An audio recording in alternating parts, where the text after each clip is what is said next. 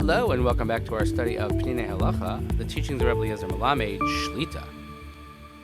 We find ourselves midweek as we continue our learning, and please continue to daven for Chaylei Tzvagan Yisrael for Shleim L'chol Petzuei Yisrael and a safe return of our hostages. We dedicate our learning each and every day. Le'ilei Nishmat Seren Daniel Shimem and Arav Doron V'Shalei Hashem Yikum Damo. The next chapter we have is Birchas HaShachar L'mi Shelo Neheneh. Nechleku Gedolei HaRishonim B'She'ela. So we have a machlokas on the following question: Hayim Adam Shelo Neneh Be'ofen Ishi Me'achat Me'Berchos HaShachar Yochel Omra. Can someone who did not have any direct benefit that relates to one of the morning blessings of Birchos HaShachar, can you still make the blessing? Kolomar, L'mashal, what does that mean? Hayim Iver Yochel Levarach B'Kei Chivrim. Can someone who's blind, can you say the bracha of Hashem opens the eyes of those who can't see? Now, we normally associate that when you're sleeping and your eyes are closed and you wake up and you can see, so we say the bracha of Pakei Chivrim. But let's say someone who cannot see, can that person make the bracha? Interesting question.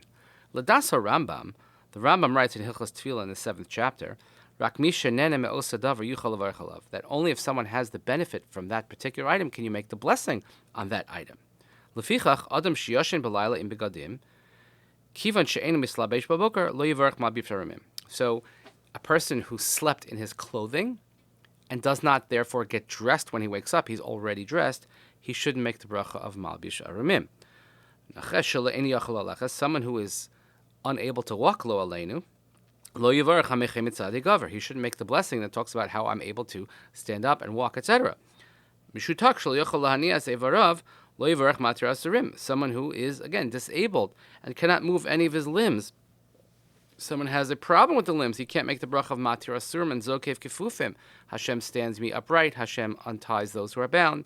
And many from the Yemenite community will, actually not many, but some from the Yemenite community. V'gam ba'al Shulchan Aruch chashash l'dato. The Shulchan Aruch and Orach Chaim Memvav also considers the Rambam opinion. Upasak shelo lahaskar Hashem bracha shelo neneh mehen, and he says that the person should make the bracha but without using Hashem's name. L'uma zos, in light of this, or despite this, or because of this, or the other side of this, is Baal Sefer HaKolbo, so one of the Rishonim that writes on Halacha, the Sefer Kolbo, writes in the very beginning, Kasav B'Shem Rav Natrunoi Gaon, Rav Amram Gaon, Ushar Gaonim. It says in the name of the Gaonim, including Rav Natrunoi and Rav Amram, Shamenig Lomer Kol Berachas HaShachar Ala Seder, that a person, the custom is that we say all of the blessings in order, Bein Sheneneh Mehem, Bein Shelo Neneh, whether you had benefit, whether it doesn't apply to you, because it's not specific to you, but it is on the general benefit that the world receives.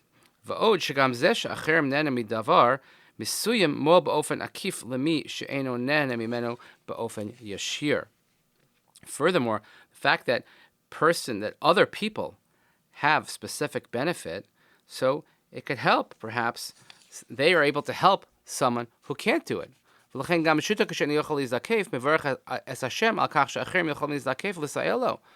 I can't stand up, but I have to thank Hashem for those who can stand up and then can help me stand up. In other words, even though I may not have a direct benefit that applies to this blessing that would describe my benefit or lack thereof, but there are those who do have that benefit and they're the ones that help me. So if I can't see, then I have to thank those who can see and that show me around. That's the next line. If I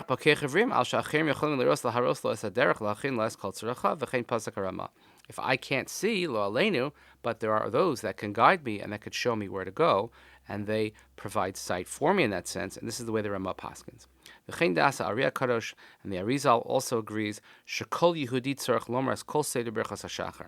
every Jew has to say the entire order of Birchas HaShachar,